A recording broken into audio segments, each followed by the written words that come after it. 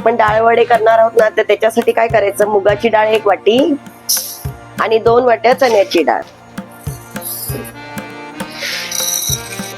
आणि आता याला स्वच्छ धुवून घेऊया आपण. आता स्वच्छ आपली धुवून झालेली, आपण 4 तास भिजत ठेवूया. हे बघा डाळ कशी मस्त भिजलेली आहे. 15-20 पाकळ्या लसूण घेतलेले आहेत मी. तर अद्रक, आता तुम्हाला किती तिखट हवं असेल त्याप्रमाणे मिरच्या.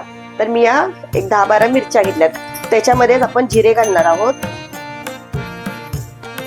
हळद 1 चमचाभर हळद, चवीनुसार मीठ, हिंग. आता आपण थोडासा ओवा घालून घेऊया याच्यात. आता हे आपण थोडंसं पाणी घालून वाटून घेऊया. डाळ वाटताना काय करायचं, असं नितळून घ्यायचं पाणी. घट्ट वडे करताना आले पाहिजेत, असं नितळून घेऊन मग त्याच्यातच वाटून घ्यायचं, म्हणजे सर्व मिक्स होतं बरोबर. आणि डाळ वाटताना थोडी जाडसर वाटायची.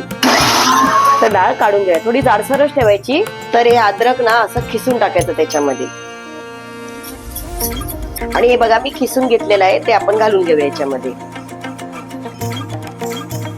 आपण सगळा कांदा टाकून घेऊया याच्यामध्ये. भरपूर सारी कोथिंबीरनी पण चव छान येते, कलर छान दिसतो. आणि आता हे सर्व मिश्रण एकत्र करून घेऊया. आता याचे आपण गोल गोल वडे करायचे. झाला की नाही, आणि तळून घ्यायचं. तळताना काय करायचं, पहिला थोडासा मोठा गॅस करून तेल गरम करून घ्यायचं, नंतर असे सोडायचे आणि मग गॅस बारीक करायचा.